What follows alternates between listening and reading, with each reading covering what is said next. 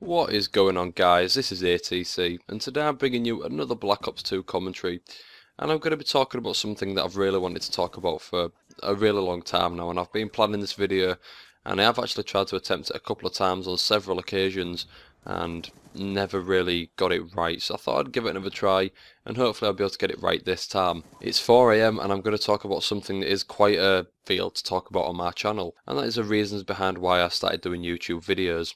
Now I'm going to start from the very bottom, and please bear with me as it is 4 in the AM and I'm extremely tired. So here we go.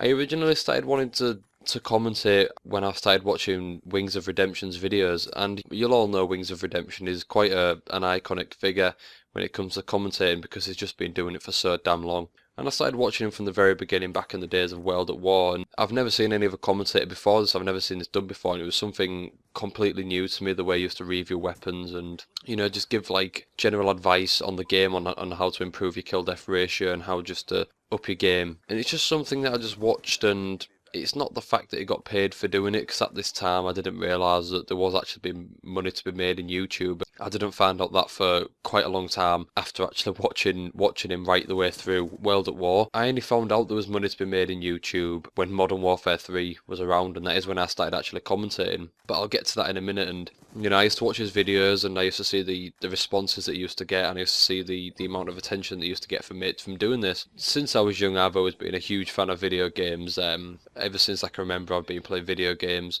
stuff like Crash Bandicoot and Rayman and everything like that. And I always remember playing games like Time Splitters and, you know, Perfect Dark. And it's always been like a huge part of my life playing video games, because it's been the chance to just to get away from everything and, you know, just be somebody else. And I don't mean that in a depressing way, I just mean it's always nice just to go and do something else other than just the normal everyday stuff. And the chance to be able to play video games and record and talk about absolutely everything and anything, people praise you for it and enjoy watching it, and that was something that kind of lured me into the whole side of commentating. I was watching Wings of Redemption's videos for an extremely long time, and I still do watch all his videos now. I've been subscribed to him on several YouTube accounts, and don't ask me why I've had several, it's just I used to go through a phase of making YouTube accounts all the time. And then I started watching other commentators, and if I'm honest, I don't watch many commentators at all. The only big commentators I do actually watch are Wings of Redemption, and other than that I only watch smaller channels because I feel the content is more satisfactory because they're trying to get out there. And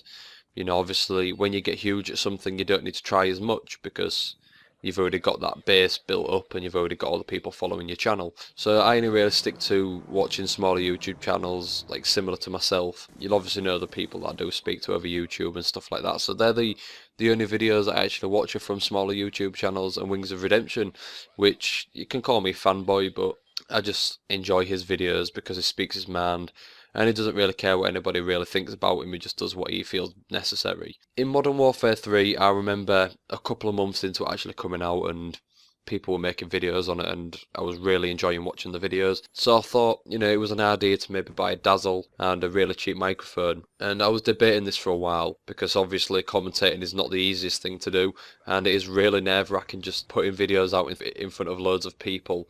It really is difficult. So I discussed it with my friends, and they all thought it was a good idea. So, you know, I went to PC World, and everyone knows what PC World is. And I bought myself a Dazzle DVC 100, I believe, and just a really cheap desktop microphone, which actually was really good quality. I was actually really surprised. I think it only cost me about £7, which is about $13, but still that's really cheap, and it was a really good quality microphone, to be honest with you. And after getting sick of having to either play in extremely low quality or playing the high definition HDMI and then put the game into theatre mode and then do my Dazzle and then change all the settings so you could get colour, and going through all that stuff just to get a video was getting extremely tedious, and I was getting really fed up with it. So I saved up my pennies and I managed to buy a HD PVR. And after using my HD PVR for a while, I decided it was time to step up my game a little bit more. I got rid of the microphone and I bought a pair of Turtle Beach headsets, which I now do my commentaries with. And at first I was struggling to make commentaries with it because obviously you get the USB, and which is what gives the actual headset its power, is the USB, and that goes into your computer, and then you get the audio cable, and then you get the pink one which is the voice, so you can talk. And I was getting a lot of feedback, and it just sounded really messy. And then I thought, you know, what could work is the mobile phone that I use, or the cell phone, or whatever you want to call it. The charger that you use, it's basically you plug it into the phone, and it's a USB cable, and then you plug it into another little socket thing which goes into the main power line, and that's what obviously charges the phone, so you can just pull up the USB part and then plug it into your computer instead of having a whole charger block and a whole USB thing separate, so you'd have to keep unplugging and stuff. And I thought I could plug my headset into this thing that I use to charge my phone. So I did, and it worked, and I get absolutely crystal clear commentaries now. Well, I hope I do anyways. And then that's at the current stage that I am, and obviously most of you know that I did have a previous YouTube channel which really wasn't going in the right direction, so I did close it down on 163 subscribers, and then I started up this channel, and now I'm on 185, and I'm really excited until I get to 200, and everything is going swell so far. I'm really pleased with how my channel is doing, so I'd just like to thank everybody for subscribing and liking my videos and being active subscribers. It's been an absolutely fantastic journey so far. That sounded really gay, but you know, it's been really fun so far, so hopefully my channel will continue to grow, and you know, who knows where I'll be this time next year. So I hope you've enjoyed watching this video, guys. It's been a completely different approach to what I usually do.